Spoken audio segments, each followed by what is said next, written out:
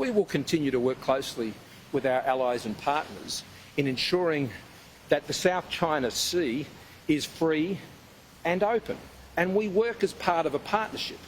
We work with Japan, we work with India, we work with European nations, UK, Germany has undertaken sails through the South China Sea, as indeed we have. 12 nautical miles is a separate issue, and these are options that Australia always has.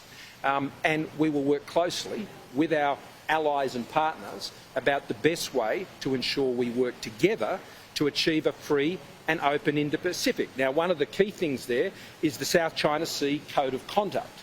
Now, that is a topic of, I would say, every single bilateral leaders meeting I've had with every ASEAN nation. Remember, Australia was the first country to achieve a comprehensive strategic partnership with ASEAN. They're the Southeast Asian nations, and that was before, in fact, the Chinese government were able to achieve that.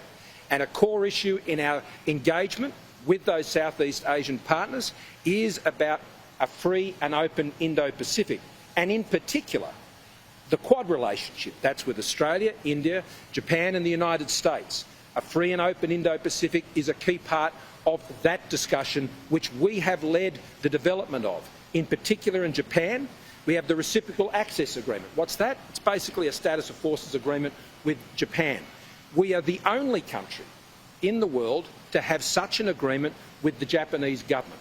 And that was a landmark agreement that frankly took us, and under my primership, 3 years to land, and we worked through 3 Prime Ministers. Lani. Your candidate for Flynn, not too far from here, has said that there's... Your former Resources Minister has backed that in this morning on Sky News. Can you be trusted on climate change? What our candidate in Flynn was talking about is how we get there. He wasn't talking about the commitment himself, and he's clarified that today. Our commitment to net zero by 2050 is a commitment of the Australian government that I made in Glasgow. It is the government's absolute policy. What he was referring to is our pathway to it. And as technologies change and improve, then of course we're going to get there, and we're going to get there by the best method possible. But I'll tell you how we're not going to get there. We are not going to get there by taxing Australians. We're not going to get there by shutting down businesses like this and industries like this.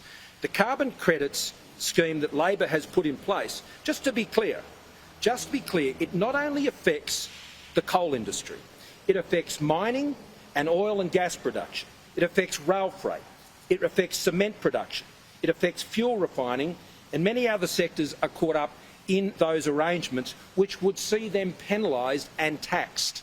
See, our approach is to incentivise the change. Our approach with the hydrogen hubs, carbon capture, use and storage, $22 billion of investment under the plan that Angus Taylor has put together to get us to net zero by 2050 through technology, not burdensome taxes on the Australian people, which has always been Labor's way.